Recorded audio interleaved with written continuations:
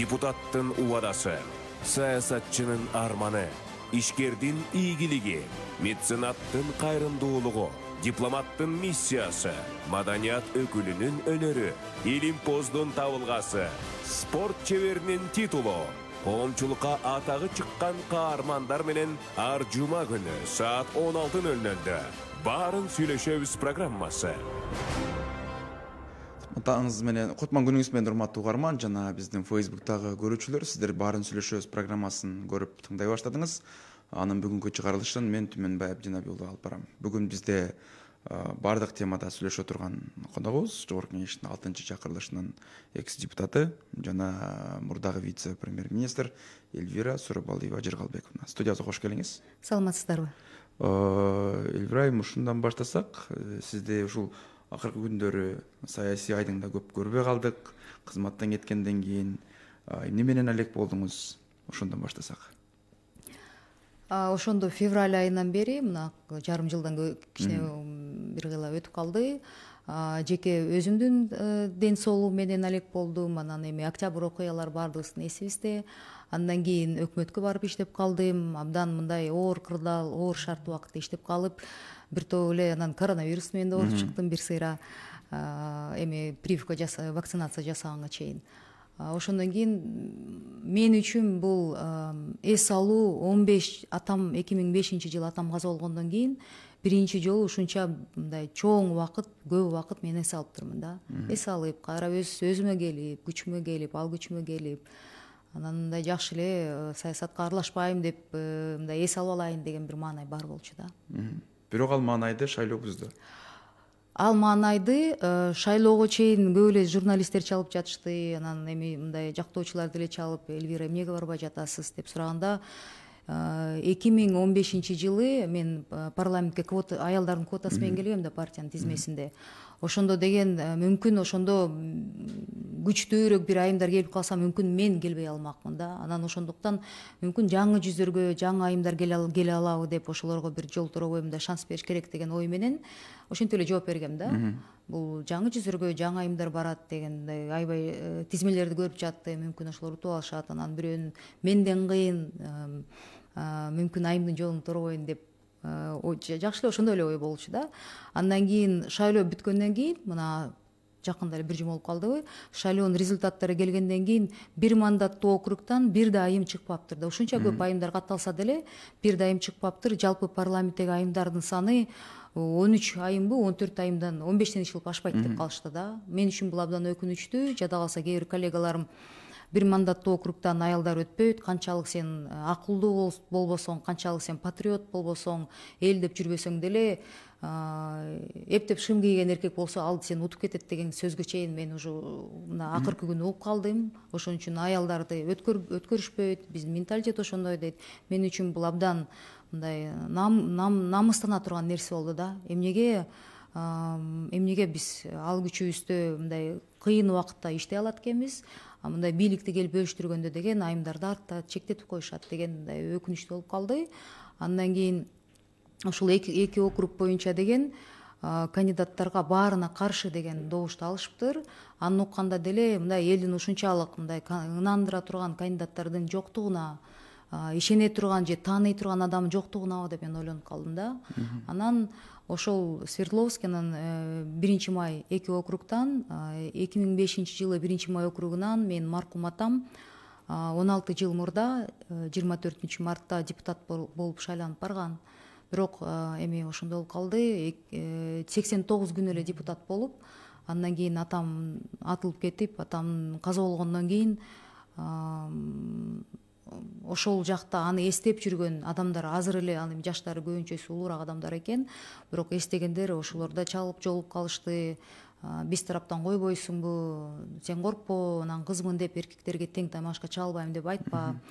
Биз ишенебиз, парламентте жумушун көрдүк, иштеген, өкмөттө да иштегенин көрдүк деп мен ойлодум. Мындай айымдардын да намысын коргоп бир четинен, экинчиден маркум атам деле мындай көптөгөн иштерди баштап коюп кетип калган.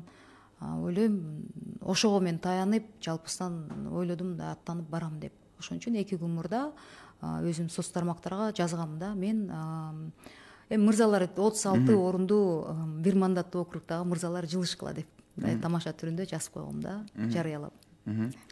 Анын таң калыштуу көрсөткүч албетте 36 округтан бир дагы айымдын жоктугун өзүңүз да белгилеңиз.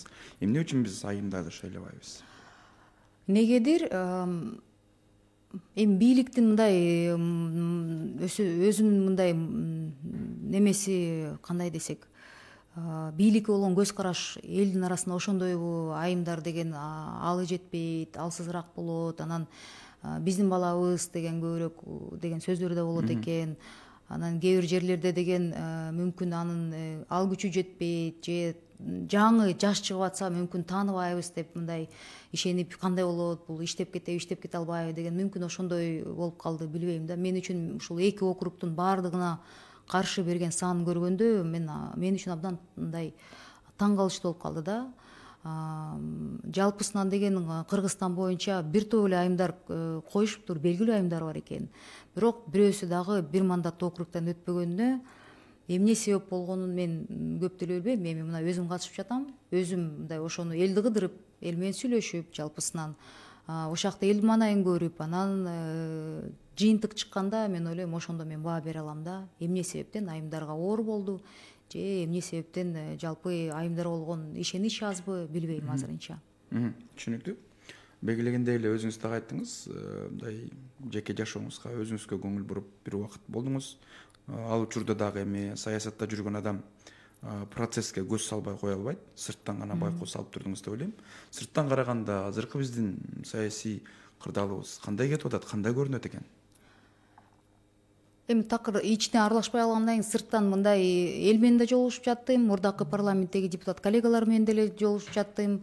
Жалпысынан деген элдин маанайы ушу 30 жылда мамлекетти мындай соруп, жулкундатып, кедейчилик алып келген саясатчылардан, эски жүздөрдөн эл тажады деген сөздү мен көп угуп калдым да. Ушунчалык тажап, анан деген экономикадагы азыр абал, биздин ошол Россия болгон мигранттарыбыздын саны 700 миңден ашканы абдан өкүнүчтүү. Бирок бунун себеби эмне болуп атат? Канча президент алмашты, бирок деген ошо илгертен бери келе жаткан эле эски байке эжекелерибиз эле болбой, адатын койбой эле кайра эле мындай тамырлашып кеткени, мен ойлойм бул эл үчүн мындай абдан өкүнүчтүү нерсе да, элде кейип калып атат. Анан пандемия учурундагы акыркы 2 жылда, эми былтыр биз комиссия түзгөн уккансыздар. Ошол убакта деген бир топ каражат уурдалган, элге жете турган каражаттар жетпей калды. Ошо убагында келе турган дарыларды убагында жеткирбеген күнөөлөрдү биз аныктап, ошонун баарын укук коргоо органдарга бергенбиз. Ошол маанайдын баарын эске салсак, сөзсүз түрдө элдин жалпысынан азыркы шайлоодо, акыркы шайлоодо 28-нде болгон ушунча явканын аз болгондугу, элдин жалпы саясаттан чарчагандыгы, анан саясатчылардан өзгөчө мындай көңүлү калгандыгы дейм да. Мен ойлойм да. Анан эми аягында деген бириң бар, бириң жок дегендей ошондой бир маанай болуп атабы деп сезилип атат да. Азыр 90 депутаттын 19-у кайра кайтып келе атат, сиздин мурдагы коллегаларыңыз. Бул эми кандай парламент болот деп ойлойсуз?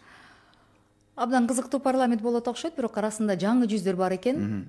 Толугу менен бир күндө деген 100% алмашып кетпейт деген мен эми мурдакы эски политологдордун мындай китептеринде эле окуганда ошо ойлондум эле, бирок чын эле ошондой болот экен. Анан элибиз деген же жаштардан чарчагандыгыбы, мейли буну биз тааныбыз деп келип атабы, же болбосо кайра эле тууганчылык, жердешчилик жеңип атабы, же мындай белгисиз бир акчалай схемалар жеңип кеттиби, элдин социалдык экономикалык мындай оор абал менен колдонуп, мүмкүн ошол эле тиги подкуптар болдубу. Азыр мен аны аныктай албайм. Ошондуктан бүгүнкү күнгө чейин азыр шайлоонун жыйынтыгы чыга элек, анан кол эсептөөлөр мына азыр деле уланып жатат. Анан бунун аягында жыйынтыкта болгондо ортодо деген үндөрдүн эмне болгон, кандай болгон азыр айтылып жатат. Бирок деген эми баардыгын 5 жылда бир келе турган бийлик бул шайлоо күнү да. Ошо эл колуна түшкөн бийликти кантип пайдаланып, кантип колдоно турганын шайлоодо эл көргөзүп жатат. Анан биз 30 жылдан бери тигил күнөөлүү, бул күнөөлүү деп айтып келе жатабыз, бирок шайлоо келгенде ошентип эл тандап койсо, эчтеке дей албай калат экенсиң да. Сизде ушул аткаруу бийлигинде турган учурга кайткым келип атат. Өзүңүз айткандай комиссия түзүп башталды эле. Бул социалдык тармактагы реформалар көйгөйлөрдү ачыкка чыгарып, мындай айтканда ошону оңдоо аракети башталды эле, бирок бул аягына чыкпай калды. Негизи эле Кыргызстанда бир тармакты реформа жасоо мындай 100 күндүк убакытта реалдуу экен? Анан кандай тоскоолдуктарды сиз негиз катары айтат элеңиз? Ошол убакытта мен келгенден кийин 2 жумадан кийин премьер болуп жаткан Жапаров шайлоого кетип калды. Анан 2 айдай 4 вице-премьер биз өзүбүзчө өкмөт болуп иштеп калдык да. Новиков бизди жетектеп, ал милдетин аткаруучу болуп премьердикин. Анан 3 вице орун басары болуп биз отуруп калдык. Мен анан дагы 2 вице-премьер болуп. Анан реформаны жүргүзүүгө сөзсүз түрдө бул саясий эркерек башынан. Ошондо комиссияны түзгөндө бир топ адамдар ишенип, таң калып, бирок эң биринчи каршылык орто катмарда болду. Мисалы деген медицина кызматкерлерин алсак, бизде мындай экен да, фарм мындай неме мафия бар. Анан чоң деген ал жакта чоң ири акчалар, анын аркасында турган белгилүү эле чоң инсандар. Ал документтердин баарын прокуратурага, анан ал убактагы финансовый полицияга тапшырганбыз. Анан укук коргоо органдарын ГКНБда, УНКМКда бар. Мен ойлойм, бунун баарын деген баары бир убакыт келе турган, мындай убакыт келе жатат, акырындык менен бунун баары ачыкка чыгат болуш керек деп ишенем. Ортодо деген мисалы бир жылда 2 миллиардтай дары дармектерди мамлекет камсыз кылат, бекердеп. Ошол каражаттарды кээ бир ооруканаларда, ошо ооруканалардын жетекчилери өзүнүн атына эмес, жакындары аркылуу ошол эле ооруканада деген аптекаларды ачып алып, ошол жактан сатышат экен. Ошондой фактыларды биз деген комиссияда далилдеп, укук коргоо органдарына бергенбиз. Бул бир жагы. Экинчи жагы, жаш жакында эле Инстаграмда окудум, биздин бир жаш хирург Россияга барып туруп, ошол жактан тажрыйба алып аткан ошонун куратору деген маалымат берип атат да.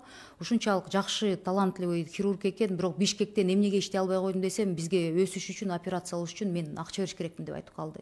Бизде жаш кадрларды эски жетекчилер деген мага конкурент деп өстүрбөйт экен, менден ашпасын деген менталитет бар экен деп, ошол хирургдун интервьюсун окуп алып, мен абдан кейдим, бирок бул чын.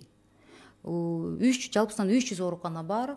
Ошол 300 ооруканада 20-30 жыл иштеген жетекчилер бар. Арасында бардыгы эмес, жакшы иштегендери бар. Бирок ортосунда мамлекеттик мамлекеттик кызматты, мамлекеттик оорукананы жеке офис кылып алып, жеке операцияларды кылып, бирок аны же салык, мындай адамдар жеке офис ачыш керек да, ошол жактан салык төлөш керек да. Мамлекеттин мындай бекер офис кылып алып, ошол жактан өзүнүн операциясы чөнтөгүнө түшөт экен. Эми жөнөкөй иштеген медсестраларга мүмкүн 5.000 сом, 3.000, 5.000 сом берип коюшат. Алар бакчылар ошон үчүн унча албайт. Эми акысынан тышкары кошуп койсо. Бирок салыкка эчтеке түшпөйт да, бирок ошол оорукананын инфраструктурасы өнүкпөйт. То есть бул жерден үстү жактан тышкары ортодогу көп жылдан бери иштегендердин мындай саботаж деп койсом болот. Ошондой учурлар да болуп жатты. Ошондо мындай ишке ашыруу реалдуу эле экен. Сиздин мындай көз карашыңыз кандай? 3 убакта деген мен үчүн мисалы ошол комиссияны деген жада калса 10 күн мөөнөттө бүтүрүштү да. Бирок 30 комиссия кирген 30 адамдын ичинен 15-өө дароо баш тартты. Коркутуу үркүтүүлөр болуп, мындай жаман анан коркутуудан мурда да жаман көрүнбөйүн, урушкум келбейт, тиякта мени иштеген коллегалар менен жаман көрүнгүм келбейт. Бул биздин менталитетибиз экен да. Тиги анча-мынча көз жумалбай, көз жумуп коюшат. Бирок тиги таанышым, туугандарым болот экен, куда сөөк болот экен деген сөздөр бар экен да. Ошо жаман көрүнбөйүн деп, кээ бир адамдар баш тартып, анан кийин эмне кандай болуп калат, билбейм, куугунтук болуп калат деп коркушту. Бирок 15-и аягына чейин туруп беришти. Ошол адамдар өздөрү айтып атышты да, ушунчалык сазга батылып калганыбызды биз комиссиянын аркасы менен ушул иликтегенде ошондо түшүндүк депчи. Бул иштин уланып атканы сизге сезилеби? Прокуратурадан иштер козголду деп айтышты. Анан жабыркагандардын атынан арыз түшкөн. Ошо былтыр ошо коронавирус 1-кара июлда каза болгондордун туугандарынын атынан прокуратурага неме берилген экен. Арыз бир топ эле арыздар берилген. Эми азыркы күнү мен аякка деген мен мамлекеттик кызматта иштебейм, текшере албайт экенмин. Бирок ошол жарандар өздөрү арыз жазган жарандар кайрылганда ошо иш козголуп, ошонун баары иликтенип жатат деп айтышты да. Анткени биз берген фактыларды аны укук коргоо системасы боюнча далилдөө бир топ убакыт алат деп айтышты да. Ушундай кызуу иш жүрүп атканда эле өзгөрүү болду. Кийинки жаңы курамдан сиздин атыңызды биз таппай калдык. Сиз өзүңүз муну кимден уктуңуз же алдын ала сүйлөшүү жүрдү беле? Февраль айында айтып атасыздар да. Ага чейин бир жума мурда мен мамлекет биздин жетекчибизге Садыр Нуркожоевичке жолукканда экөөбүз бир 2 сааттай сүйлөштүк. Ал февралдын 2-синде бизди кыскартса, мен январдын инаугурациядан кийин январдын аяктарында жолуктук да, ошол резиденциядан жолугуп сүйлөшүп, анан жалпысынан эми баардыгына эле маалым болуп калды. Мен саламаттык сактоо министри менен биз бир топ эмелер боюнча келишпестик болуп жатты. Анын көз карашы башкача, меники көз караш башкача. Мен толук кандуу реформа керек деп тургам. Ал киши эми сөзсүз өзүнүн эски коллегаларын коргоп, мындай жок, мамилелери бар, мүмкүн билбейм да, азыр ошондой болуп туруп алды. Анан мен ойлодум, бунун деген тем более мен коронавируска каршы штабты жетектегендиктен, ортодо деген именно профильный сенин министерствоң саламаттык сактоо министерство болгондуктан кийин андан көрөк мындай сы кезинде эле кетейин деп, ошондо президент эми отуруп сүйлөшүп атканда ал айтты, ушул сунуш келди, Москвадагы ошого барып иштейсиңби деп, эгер мындай көз карашың кандай. Ал убакта мен ушунчалык октябрь окуясынан кийин мен бир топ эле стресс болдум. Аны элдин баары эле түшүнөт болуш керек. Андан кийин парламентте да барып алып коллегаларым жарым менен урушуп чыккам. Анда да бир топ депрессия болдум. Эми мен жакшыраак экенмин, ойдогудай болгон жок деп мындай кейип жаткан кезимде, анан парламентте мандатымды тапшырып, анан өкмөткө Садыр Нуркожоевичтен тиги сунуш келгенде, мен да ойлондум, бир топ эл мындай сөзүнүн аягына чейин турбайт белең, бир каршы болгондо эмне оюң өзгөрттү деди. Бирок ортодо деген бир эле суроо да, сен кимге иштеп атасың, элге иштеп атасыңбы же отдельно бир адамдарга иштеп атасыңбы? Мен 5 жыл бийликтин партиясы менен келгенде, бийликтен келген мыйзамдарга деле биз мисалы ошол эле мөңгүлөргө каршы берип жаттык да.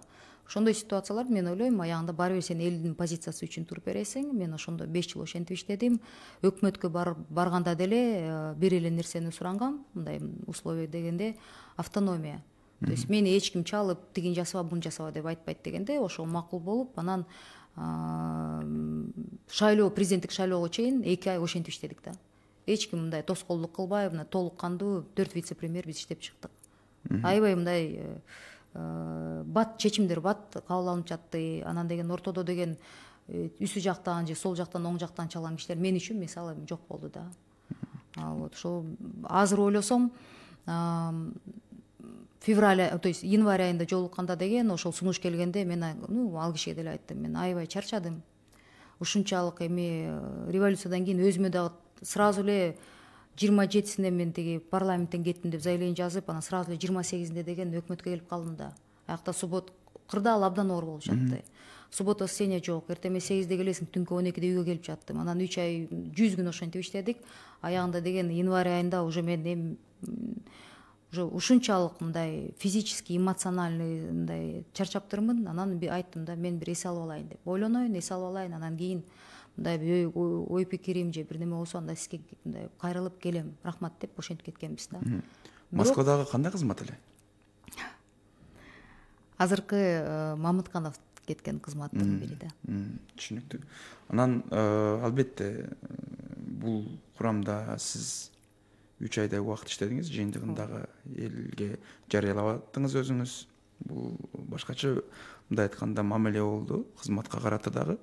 Азыркы күндөгү бул жүрүп аткан иштерге ошол бир учурда сиз ошонун курамында болгон команданын ишине кандай баа бересиз сырттан карап? Этикалык жактан мен парламентте 5 жыл иштеп жүргөндө бир да коллегамды ошол иштеп жүргөн убакта сындаган эмесмин. Кеткенде деле мен үчүн мен ойлойм, бул мындай калыс сөз үчүн эл деле түшүнөт болуш керек. Сындаса эл баа бериш керек, анан сырттагы. Анын ичинде мен 5 жыл аралашып, учурашып, анан катышып жүргөн адамдарга мисалы мен баа бере албайм. Анан өкмөттө тем более мен өзүм иштеп кеткем. Ар кандай учурлар болуп жатты. Ошондуктан кеткенден кийин эмнеге интервью бербейсиз, эмнеге айтпайсыз, тинтип атат, мынтип атат дегенде, убагында мен иштегенде деле мен деле сындашты. Аны туура кабыл алыш керек. Жаманды да айтты, жакшыны да аны көтөрө билиш керек.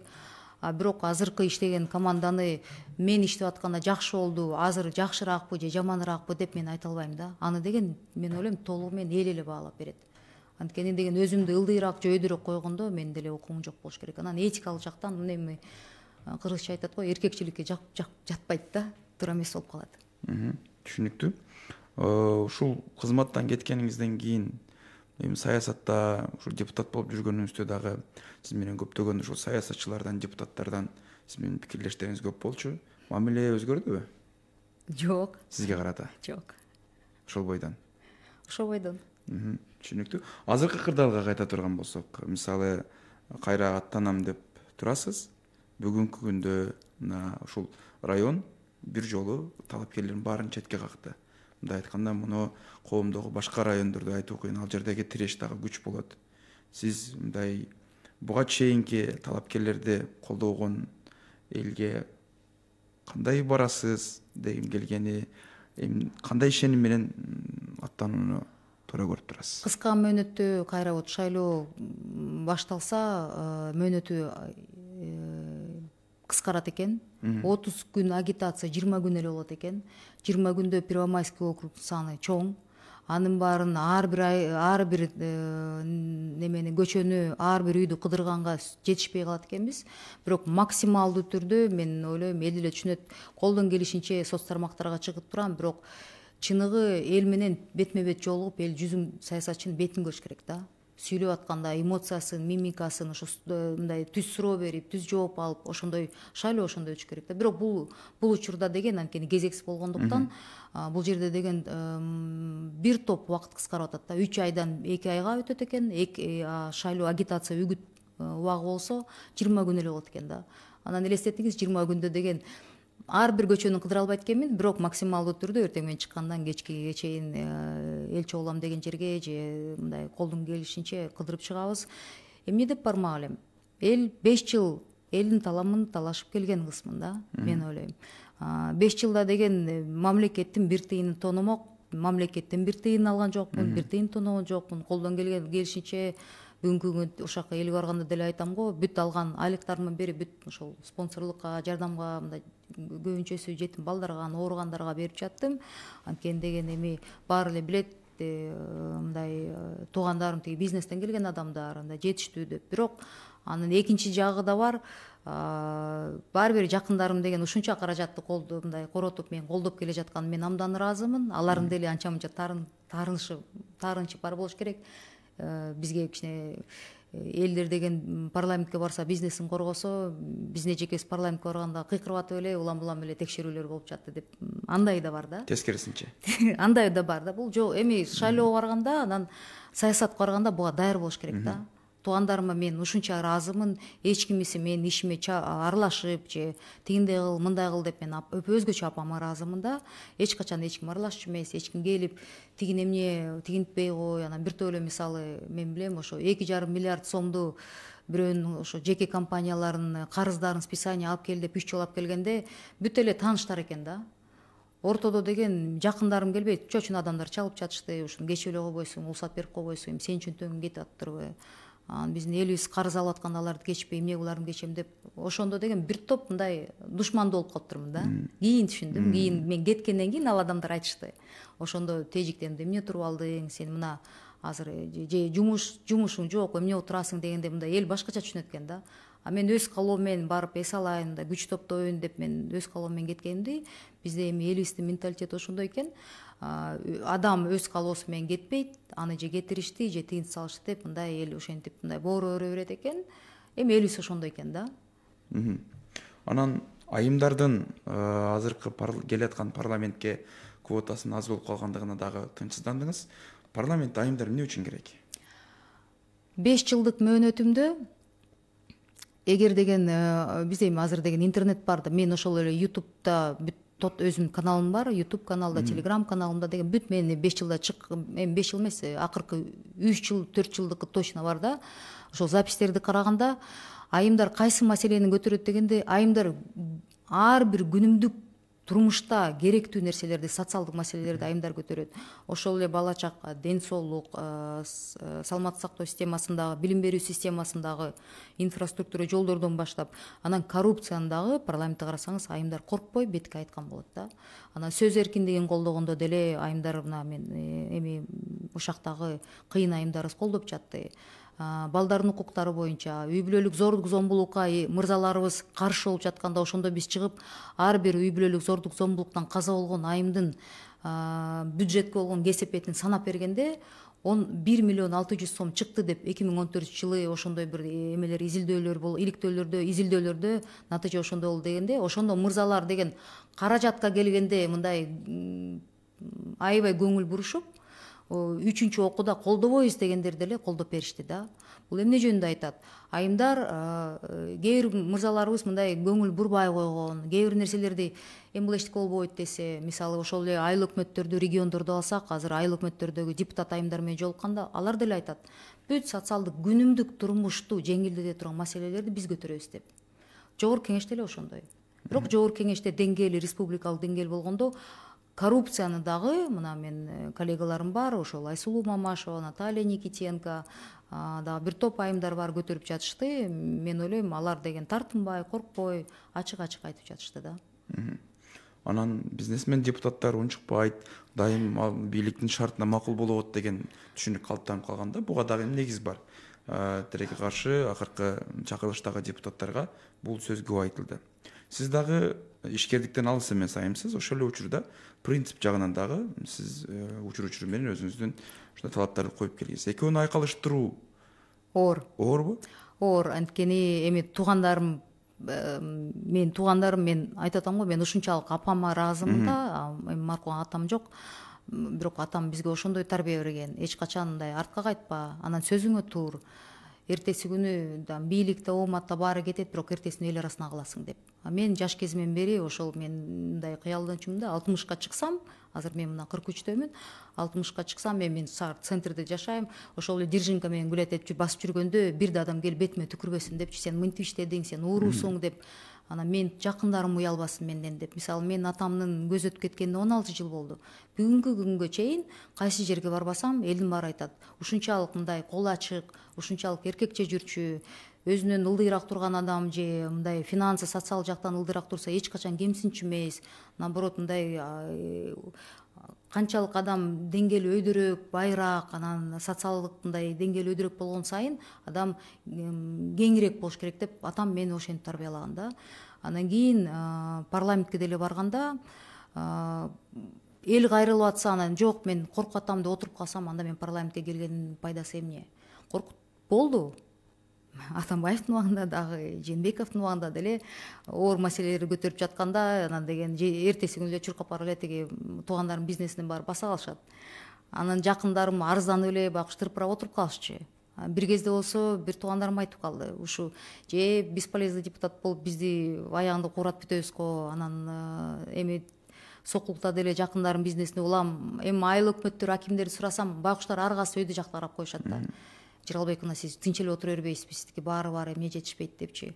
Бирок эл келип жатса, таанып атса, тем более мен соц тармактарда активдүү жүрсөм, аякта Фейсбукка жазып атса, Инстаграмда эми аякта абдан көп жазат, баарын жетишпейм, именно Фейсбук, анан Твиттерде жазып калса, анан эл чалат. Телефондордун баарын Кыргызстан жарым билет. Анан чыркырап атса, анан чалып ал маселенин баардыгына, сөзсүз түрдө баардыгына жетишпейсиң.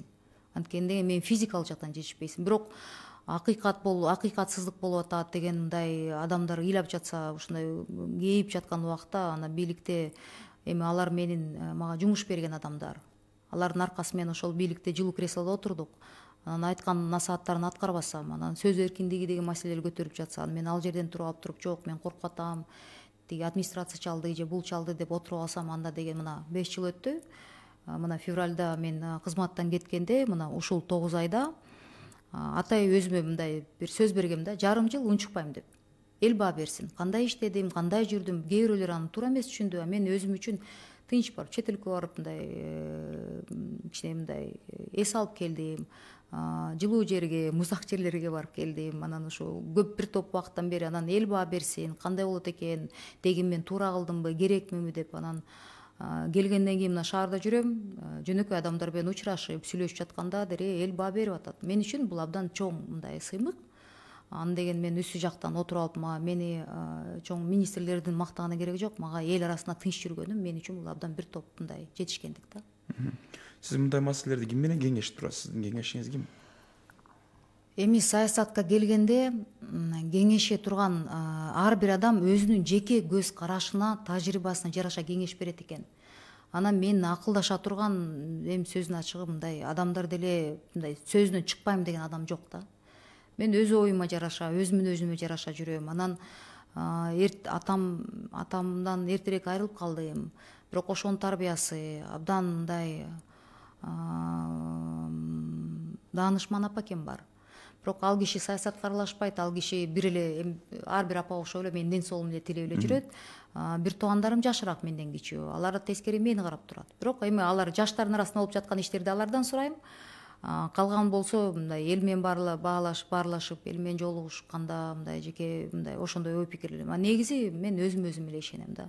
Таяна турган, аркамда таяна турган эч ким жок. Мен эми аны 5 жылда көп эле киши түшүнүп калды болуш керек. Мен өзүмө ишенем. Анткени бирөөгө ишенип таянып алсаң, кийин ката кетирсең, ал кишиге мындай доомат кое тургандай мен уже ал жашта эмесмин. Орто жашка келип калдым. Ошондуктан жакшылыкка деле, өзгөчө кемчиликтерге деле мен эле жоопкерчиликтимин да. Мындан кийин эми саясатта такай жүрөсүзбү? Мындай алдын ала стратегиялык планыңыз кандай? Анан өзүңүздү саясатчы катары кантип калыптандырасыз? Кандай мындай айтканда окуйсузбу? Кимдерден сабак аласыз? Саясатчы саясатка кирем деп өзүң кирет экенсиң, а кетем деп мындай даже тамашалабаш керек экен да. Ошондуктан менден сурап жатышты, сиз эмне тынчып калдыңыз, кеттиңизби, эмне болуп атат деп. Киргени кирип алат экенсиң, а чыкканы аны сен чечпейт экенсиң. Ал бир Кудайдан экен да. Бирок киргенде мен ошол ниетим, таза ниет менен элиме иштеп берем, уят кылбайм деп ошол ниет менен келгем. Мен ойлойм, ал жагын эми актадымбы, актабадымбы, аны эл эле баалап берет. Анан бул келе жаткан шайлоодо мен мен ойлойм, ошо шайлоочулардын бул Кыргызстандын бир мындай бурчу болуп калып атат. Шаардын 4/1 бөлүгү чоң 1-Май районунда.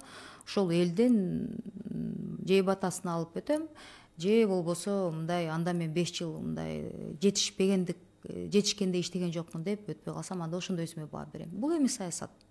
Ага деле мындай трагедия эмес, бирок мен үчүн бул өзгөчө, бул критерий болуп атат да. Анан дагы айта турган нерсеси, бул намыста бир дайым жок. Саясатта үлгү туткан адамыңыз барбы? Мен сыйлап мындай өйдө жакка коюп мындай неметкен адамбы? Бизде мындай экен да, негизги тренингтерди өткөргөндө негедир ишкерлерди чакырып алып туруп, чет өлкөдөн, тиги алыскы өлкөлөрдөн, жакын өлкөлөрдөн чакырып алып туруп анан лекция окутканда мен аябай таң калам да. Биздин арабызда, Кыргызстанда кыйын 90-чу убакыттарда, 90-чу жылдар бутуна турган орто бизнес болобу, чоң бизнес болобу, кыйын байке эжекелерибиз, жигиттерибиз, кыздарыбыз бар да. Ошолорду чакырып, бүгүнкү күндө реалдуу турмушта кандай иштөө кандай болот дегенди ошолорду тренер катары, коуч катары деп коет да эми англисче. Үйрөтө турган ошол адамдарды сырттан карап деп, саясат деле ошондой. Черчилль жагат, анан тиги Маргарет Тэтчер жагат деп мына кээ бирөөлөр айтып калат, көргүлө мүнөзүңүз там курч катуу деп. Бирок биздин өзүбүздүн арабыздан мен ойлойм, бир топ эле саясатчыларды мындай канча жылдан бери жүргөндөр, ошол убакта жагабы, жакпайбы, бул саясий факт да. Алар 90-чу жылдан бери мен мектепте барып жүргөндө келип, азыр мисалы соц тармактар бар, элге мындай бат эле 5 мүнөттө, азыр депутаттыкка өтүп кеткен жаштардын көбү ошол эле саясат соц тармак аркылуу белгилүү болуп калды. Азыр 5 мүнөттө сен же жылдыз болосуң, же ашмалтаң чыгат да. Ал убакта 90-чу жылдары, 2000-чи жылдары интернет, YouTube жок. Элди кыдыруу кыйын. Билтеген Кыргызстан баарына мындай белгилүү болуш үчүн анда тиги жогорку кеңештин эле мындай түз эфир жок болчу. То есть элдин мындай репутацияң аркылуу эле мындай оор кырдаалда ошондой жетишкендиктерге, ийгиликке жеткен адамдарды мен ойлойм, булардын баарын жөн эле баалаш керекпиз да. Ортодо сөзсүз түрдө мен деле көп адамга жаксам, ошол эле убакта мен эле көп адамга мүмкүн жакпайм. Сизге жоопкерчиликти эмне сездирип турат? Атаңызды дагы көп атадыңыз, ал кишинин алдында дагы сиздин өзүңүздү аябай жоопкерсиз деп окшойсуз. Бул дүйнөгө алып келген апама, атама мен сөзсүз түрдө ыраазымын. Анан абдан катуу тарбия берген атамды жаш кезигде көп жаш кыз болчумун, түшүнчү эмесмин. Анан бирок чет өлкөдө барып окуп атканда, ошо мен Англияда окуп жүргөндө деле билимдүү мыктылардын баары кетип калса мамлекетти ким көтөрөт деп эле 20 жыл мурда айткан сөз бар да. Мен ошону азыр эсиме салам. Анан улууларды сыйла деген жөнөкөй нерселер, бирок күнүмдүк турмушта ошону түшүнүп атам да. Анан ар бир адам маңдайына отуруп алып коркпо. Анан былтыр октябрь тиги окуяларында эле күлүп жатышты, кыз башыңыз менен эмне корккон жоксуз деп. Корксо да коркпосо да коён бир өлөт дегенде мен эми ошентип тарбия көрүп турмун да. Мен үчүн жалпы бийлик бул чоң жоопкерчилик. Жалпы жөн эле дардаңдап эле чуркап барып депутат болом деген эмес. Анткени түшүнөсүң, босогону аттагандан кийин мына 5 жыл депутат болдум. Эми элдин баары буну деле байкашса керек. Тиги жүрүш туруштан баштап кафеге барып бир жерде мас болуп же тиги кыска көйнөк ачык көйнөктөрдү кийгенден тартылчумун. Анткени деген мен түшүнөм, бул жоопкерчиликке эл карайт. Анан үлгү боло турган кыз саясатка келген айымдардын ансы эле саны аз. Үлгү боло турган айым болуш керексиң деген жоопкерчилик. Эшикке чыккандан баштап бир жерде үйдө жүрөсүң, сыртта жүрөсүңбү, жакындарымдын баарын кадимкидей бир туугандарыма деле ыраазымын, алардын баарын эле мен уят кылбагыла деген. Багыштар 5 жыл катуу жүрүштү. Бир жерден уят кылсаңар сөз мага тиет деп. Анан той топурларга көп барбай калдым. Эл арасына деген эми таарынгандар көп болду, бирок деген туура түшүнүш керек, мамлекеттик кызматта деген бул иштебей эле дардаңдап тойдо жүрөт деген сөз болбойт. Сөз ээрчибесин деп мындай көп жерден эркектерге мүмкүн жеңилирээк, бирок аялдарга тыюу көбүрөөк экен да. Эми менин жеке көз карашымда деген саясат бул оор жүк, жоопкерчилик. 5 жыл мынан бат өтүп кетти, дагы 5 жыл деле бат өтүп кетет. Бирок деген бул чоң мойнуңа илген жүктү деген көтөрө билиш керек. Анан деген намыс деген сөздү эл журт жөнүндө сүйлөгөндө намыс деген сөздү туура көтөрө билиш керек да. Эртеси күнү эле Чуркапаров деген мен депутатмын деп төргө отуруп алып кресло талашмай эмес. Бул деген эртеси күнү ар бир адам жолукканда деген Эльвира могу маселени кылдың, моуну кылган жоксуң десе, алар мени урушпай моюнга алып туруп, муну жетишкен жокмун деп ачык, чынчыл болуш керек деген менин көз карашым бар да. Эльвира, биз берүүбүздүн аябызда бардык коноктордон сурайбыз. Сиз кайсы китептерге көп кызыгасыз? Биздин угармандарга, көрүүчүлөргө кандай сунуш бересиз бул багытта? Ар бир жаштын, мен ойлойм, өзүнчө мындай немелери болот да, ой пикирлери болот. Орусчасында эми мен аны англис версиясын окугам. Бернар Вебердин бул деген мындай тигил дүйнө менен бул дүйнөнүн байланышы жөнүндө. Бул кызык, эми бул чет өлкөлүктөргө да өзгөчө кызык. Ошол китепти орусчасы деле бар экен, ошону окудум элем. Ангелы деген, город ангелов деген бар ошол китепти. Андан тышкары деген эми мектепте окуган эле бүт китептер. Бирок деген мен өзүм мындай саясатка келгенден кийин Конфуцийди көп окуп калдым. Бирок мен да мүнөзүм мындай, мен экстраверт, мен ачыгыраакмын. Анан акыйкатсыздык болсо дароо эле астыга чуркап барып туруп, элдин астыга чыгып чуркап барып туруп уруша кетем. Анан кичине убакыт келген сайын, жаш келген сайын токтойсуңбу деп мындай күлүп калышат. Апам мени тамашалап калам, апам мен 80ге чыксам деле ошол чуркаган кемпир болуп болуш керекмин десем, эмгирт мүнөз менен Кудай төлөгөндө берип коет экен. Апам өзү мындай бир калыптуу адам да. Мен ушул немерек эмоционалдуу ойлойм, атамды тартсам керек да, сыртынан апам окшош болсун.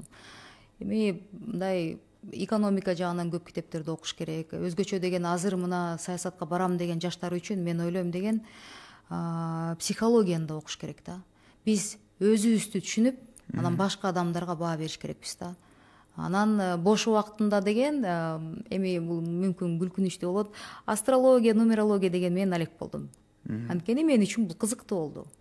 Бир топ мындай негативден мындай алысыраак болоюн деп, анан саясаттан мындай кичине четтеп калсаң деле баары бир чалышат, келишет, анын баарын мындай разгрузка болуш үчүн деп ошол психология жактан китептерди окуп жаттым. Сизге ыраазычылык билдирем. 40 мүнөт бою ачык маек уруп бергениңизге. Урматтуу биздин радио угармандар жана Facebook көрүүчүлөр, биз бүгүн баарын сүйлөшөбүз программасында Жогорку кеңештин 6-чы чакырылышындагы экс-депутат, мурдагы вице-премьер-министр Эльвира Сурабалдиева менен маек курдук. Муну кайталап сиздер Радио Марал Facebook баракчабыздан дагы көрсөңүздөр болот. Алдыдагы эс алууңуздар көңүлдүү улансын. Биз сиздер менен куртушабыз. Жакшы алыңыздар. Депутаттын убадасы, саясатчынын арманы, ишкердин ийгилиги, меценаттын кайрымдуулугу, дипломаттын миссиясы, маданият өкүлүнүн өнөрү, илимпоздун табылгасы, спорт чеберинин титулу, коомчулукка атагы чыккан каармандар менен ар жума күнү саат 16:00 баарын сүйлөшөбүз программасы.